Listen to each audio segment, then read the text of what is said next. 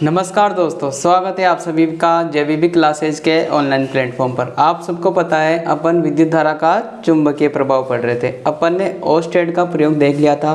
उन्होंने ही सबसे पहले बताया था कि धारा जिस भी चालक तार में बहती है उसके चारों ओर एक चुंबकीय क्षेत्र उत्पन्न होता है और यहीं से इस प्रभाव का प्रयोग किया जाने लगा। मतलब इस प्रभाव पर विशेष रूप से प्रयोग किए जाने लगे कि आगे से आगे कैसे इस पर आविष्कार कर सकते हैं, इसको आगे से आगे कैसे इसकी खोजबीन कर सकते हैं। तो सबसे पहले ओस्टेड ने बताया था कि जब किसी चालक तार में विद्युत धारा प्रवाहित की जाती है तो उसके चारों ओर एक चुंबकीय क्षेत्र उत्पन्न होता है और इसे ही कहते हैं विद्युत धारा का चुंबकीय प्रभाव। इसके बाद जब चुंबकों के बारे में देखा गया तो चुंबक के चारों ओर एक जो चुंबकीय क्षेत्र होता है उसको कुछ काल्पनिक रेखाओं द्वारा दर्शाया जाता है। चुंबक के चारों ओर जो चुंबकीय क्षेत्र होता है उसको कुछ काल्पनिक रेखाओं द्वारा दर्शाया जाता है। इन काल्पनिक रेखाओं को कहा जाता है चुंबकीय बल रेखाएं। क्या कहा जाता है? चुंबकीय बल रेखाएं। देखो, कोई सी भी चुंबक हो A to Z, जैसे अपन बनाते हैं ना, स्थायी चुंबक होती है, अस्थायी चुंबक होती है, ये कई आकार की होती है। छड़ चुंबक होती है, वक्र नाल चुंबक होती है, इस तरह के जैसे घनाभ की तरह की कोई चुंबक होती है, घन की तरह की कोई चुंबक होती है। तो इन सभी जो चुंबक होती है इनके चारों तरफ एक चुंबकीय क्षेत्र होता है। इस चुंबकीय क्षेत्र को काल्पनिक रेखाओं के द्वारा बनाया जाता है। मतलब या तो सीधी काल्पनिक रेखाएं होंगी या टेढ़ी मेढ़ी काल्पनिक रेखाएं होंगी बंद वक्र के रूप में। इनको कहा जाता है चुंबकीय बल रेखाएं। क्या कहा जाता है?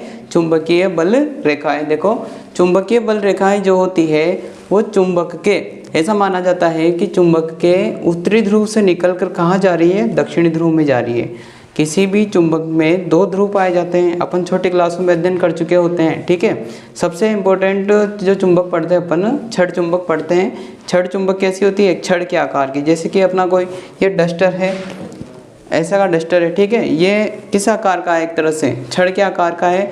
अगर इसमें चुंबकीय गुण होंगे तो ये क्या बन जाएगी? छड़ चुंबक बन जाएगी। और इसके दो सिरे होते हैं। कितने सिरे होते हैं? दो सिरे। इन दो सिरों को क्या कहा जाता है? ध्रुव कहा जाता है। इनमें से एक ध्रुव तो होता है उत्तरी ध्रुव, एक ध्रुव होता है दक्षिणी ध्रुव। कौन कौन से ध्रुव होते हैं? दो ध्रुव होते हैं, उत्तरी ध्रुव और दक्षिणी ध्रुव। ठीक है, उत्तरी ध्रुव को नॉर्थ पोल यानी कि एन से डिनोट करेंगे। जैसे यहाँ मैंने एक छड़ चुंबक बना रखी है जो एन से डिनोट कर रखा है, ये है इसका उत्तरी ध्रुव। कौन सा ध्रुव है? उत्तरी ध्रुव, नॉर्थ पोल। इसके अलावा जो साउथ पोल होता है दक्षिणी ध्रुव, उसको एस से दर्शाया जाता है। एस यानी साउथ। ठीक है, तो ये दो ध्रुव होते हैं किसी भी चुंबक के। और इस चुंबक के चारों ओर जो चुंबकीय क्षेत्र होता है उनको जिन रेखाओं के द्वारा प्रदर्शित किया जाता है उन रेखाओं को कहा जाता है चुंबकीय बल रेखाएं। ये चुंबकीय बल रेखाएं नॉर्थ ध्रुव से निकलकर साउथ ध्रुव में एंटर करती है, मतलब साउथ ध्रुव में प्रवेश करती है, ऐसा माना जाता है। ठीक है, तो चुंबकीय बल रेखाएं क्या होती है? चुंबक के उत्तरी ध्रुव से निकलकर दक्षिणी ध्रुव में जाने वाली काल्पनिक रेखाएं। यहाँ सबसे इंपॉर्टेंट बात है काल्पनिक। ये किसी भी चुंबक के चारों ओर अपन को अपनी आंखों से दिखाई नहीं देती, केवल मान लिया जाता है कि वास्तव में, या फिर ऐसा माना जाता है कि इसके चारों ओर क्या है? रेखाएं हैं। ठीक है, वो रेखाएं किस प्रकार होती है? देखो, उत्तरी ध्रुव से निकलती है और दक्षिणी ध्रुव में जाती है। ठीक है, वैसे इधर भी होगा। ठीक है, और ये संख्याओं में बहुत सारी होती है, बहुत सारी बना सकते हैं अपन। हालांकि यहाँ जगह इतनी पर्याप्त नहीं है कि ज़्यादा बना सके, लेकिन बहुत सारी जितनी अपन चाहें उतनी बना सकते हैं। ठीक है, ऐसे करके बना सकते हैं। और ध्यान रखो, अगर ऐसा कोई डायग्राम बना रहे हो तो रेखाएं कभी भी एक दूसरे को टच नहीं करनी चाहिए। अब चूंकि अपन क्या जानते हैं कि ये उत्तरी ध्रुव से निकलती है और दक्षिणी ध्रुव में जा रही है, यहाँ कुछ पता लग रहा है क्या? पता नहीं लग रहा। उसके लिए अपन क्या करते हैं, इनमें दिशा दर्शाते हैं। जैसे यहाँ से निकल रही है इधर जा रही है, यहाँ से निकल कर इधर जा रही है, यहाँ से निकल कर इधर जा रही है। वैसे ऊपर भी बनाएंगे, यहाँ से निकल कर इधर जा रही है, यहाँ से निकल कर इधर जा रही है, नॉर्थ से निकलकर साउथ में जा रही है। अब देखो, नॉर्थ से निकल रही है, ये नॉर्थ से निकल रही है, ये भी नॉर्थ से निकल रही है, ये भी नॉर्थ से निकल रही है। ठीक है, और साउथ में एंटर हो रही है तो ये साउथ में एंटर करवा दो। ठीक है, तो यहाँ से दो बातें ध्यान रखना। किसी भी छड़ चुंबक के बाहर, किसी भी छड़ चुंबक के बाहर चुंबकीय बल रेखाओं की दिशा कहाँ से कहाँ होती है? उत्तरी ध्रुव से दक्षिणी ध्रुव की ओर, उत्तरी ध्रुव से दक्षिणी ध्रुव की ओर। लेकिन अगर आपसे क्वेश्चन पूछ ले कि छड़ चुंबक के अंदर, मतलब जो छड़ चुंबक है उसके अंदर इन चुंबकीय बल रेखाओं की दिशा कैसे होगी, तो ये नॉर्थ से निकल रही है, साउथ में जा रही है। अब ये अंदर कैसे आ रही होगी, नॉर्थ में से, ये साउथ से जा रही होगी, तभी तो वापस बाहर आ रही होगी। ऐसे जा रही है ना, देखो यहाँ से निकल रही है, यहाँ से जा रही है, यहाँ से निकल रही है, यहाँ से जा रही है, मतलब नॉर्थ से निकल के साउथ में जा रही है। तो इसके अंदर इनकी दिशा कैसे होगी, इनकी दिशा ऐसे होगी कि साउथ से जाकर नॉर्थ में आ रही है, तभी तो ये यहाँ से बाहर निकल रही है, ऐसे हो रही है। तो अपन कह सकते हैं कि किसी भी छड़ चुंबक के अंदर इन बल रेखाओं की दिशा कहाँ से कहाँ होती है, साउथ से नॉर्थ, जबकि छड़ चुंबक के बाहर नॉर्थ से साउथ। तो दो प्रकार से दिशा हो गई, ठीक है। छड़ चुंबक के बाहर अलग दिशा है, छड़ चुंबक के भीतर अलग दिशा है। छड़ चुंबक के बाहर नॉर्थ से साउथ, नॉर्थ से साउथ, और छड़ चुंबक के अंदर साउथ से नॉर्थ। तो आई होप यहाँ कोई प्रॉब्लम नहीं है। अब देखो इनके कुछ गुण होते हैं, अपन उन गुणों पर चर्चा करते हैं। सबसे पहली बात, जो ये काल्पनिक रेखाएं, पहला गुण तो यही हो गया कि कौन सी रेखाएं, काल्पनिक, मतलब अपन को दिखती नहीं है, बस मान लिया जाता है। तो पहला गुण तो ये हो गया कि काल्पनिक है। अब ध्यान से देखो, नॉर्थ से निकलकर साउथ में जा रही है, साउथ से वापस अंदर नॉर्थ में आ रही है, तो एक पूरा वक्र बना रही है। क्या बना रही है, पूरा वक्र बना रही है। तो ये किस रूप में होती है, एक बंद वक्र के रूप में होती है। देखो यहाँ साइड में बना देता हूँ मैं, अंदर इनकी दिशा है साउथ से नॉर्थ, फिर नॉर्थ से निकलकर वापस कहाँ जा रही है, साउथ में। तो ये पूरा एक बंद वक्र हो गया, बंद आकृति हो गई। तो अपन ये ऐसा कर सकते हैं कि जो चुंबकीय बल रेखाएं होती है वो बंद वक्र के रूप में होती है, और चुंबक के बाहर इनकी दिशा कहाँ से कहाँ होती है, नॉर्थ से साउथ। तो तीसरा गुण क्या हो गया अपने पास कि इनकी दिशा कहाँ से कहाँ होती है, नॉर्थ से साउथ, ठीक है ना।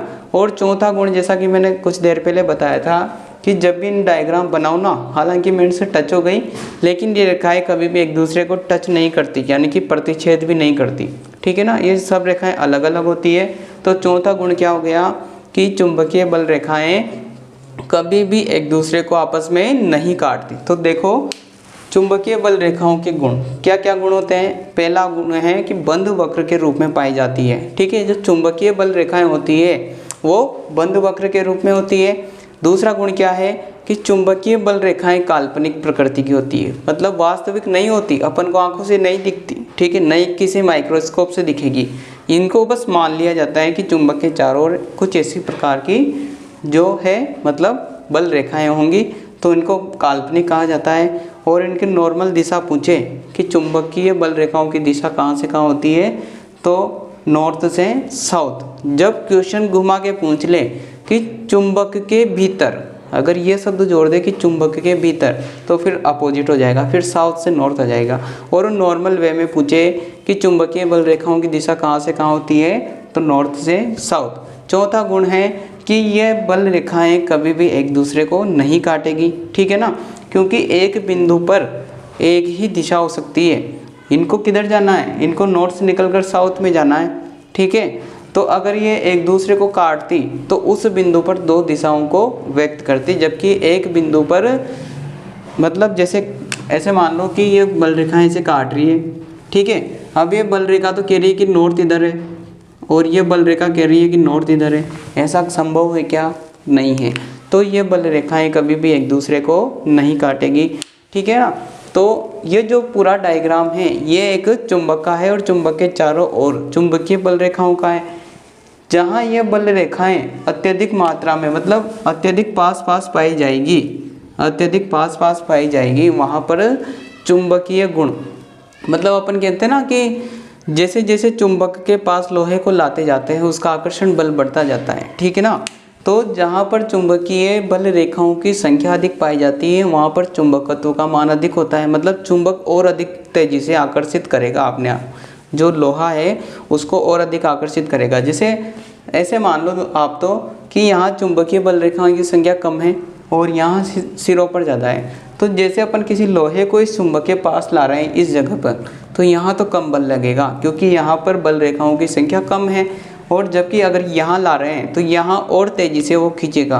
तो किसी भी छड़ चुंबक पर सबसे ज़्यादा बल कहाँ लगता है, सिरों पर, मतलब जो चुंबकीय गुण होता है आकर्षण करने का या प्रतिकर्षण करने का वो सबसे ज़्यादा कहाँ होता है, इसके सिरों पर।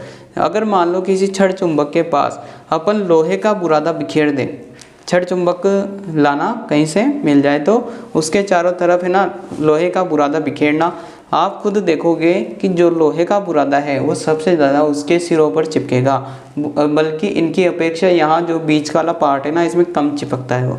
क्यों? क्योंकि यहाँ जो बल रेखाएं हैं ये कम संख्या में है, यहाँ चुंबकीय जो इफेक्ट होता है, चुंबकीय प्रभाव होता है उसका मान क्या है, कम है, और इसके जो सिरों पर चुंबकीय बल रेखाओं की संख्या ज़्यादा है तो यहाँ पर चुंबकीय प्रभाव का मान भी अधिक होगा, और लोहे को सबसे ज़्यादा ये सिरे ही खींचेंगे तो सबसे ज़्यादा लोहा कहाँ चिपकेगा, इन सिरों पर खींचेगा।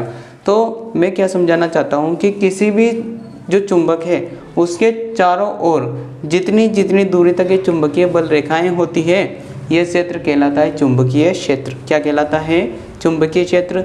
और ये जो चुंबक है, मैंने छड़ चुंबक बना रखा है, ये इसके चुंबकीय बल रेखा यहाँ तक है, ये यहाँ तक अपना प्रभाव दर्शाएगी। कैसे? अगर ये बल रेखाओं के पास अगर किसी लोहे के टुकड़े को ले जाऊं तो वो आकर्षण का बल अनुभव करेगा, यानी कि ये चुंबक यहाँ तक अपना प्रभाव दर्शा रहा है। और अपन जानते हैं कि कोई भी व्यक्ति जैसे किसी एरिया तक अपना प्रभाव जमा रखता है, मतलब उसका वो चलता है राज, कहते हैं ना, अपन फिल्मों में देखते हैं कि किसी गांव के सरपंच का राज उस गांव में चलता है तो उसका क्षेत्र पूरा वो एरिया उसी का होता है। वैसे ही इस चुंबक का राज कहाँ तक चलेगा, इस पूरी बाउंड्री तक चलेगा। ठीक है, इसमें किसी भी लोहे के टुकड़े को लाएंगे तो आकर्षण का बल अनुभव करेगा। तो ये सारा क्षेत्र क्या कहलाता है? चुंबकीय क्षेत्र कहलाता है। क्या कहलाता है? चुंबकीय क्षेत्र। अब किताब की लैंग्वेज में चुंबकीय क्षेत्र की परिभाषा पढ़ते हैं। वह क्षेत्र जहाँ तक चुंबक अपना प्रभाव दर्शाती है, क्या कहलाता है? चुंबकीय क्षेत्र।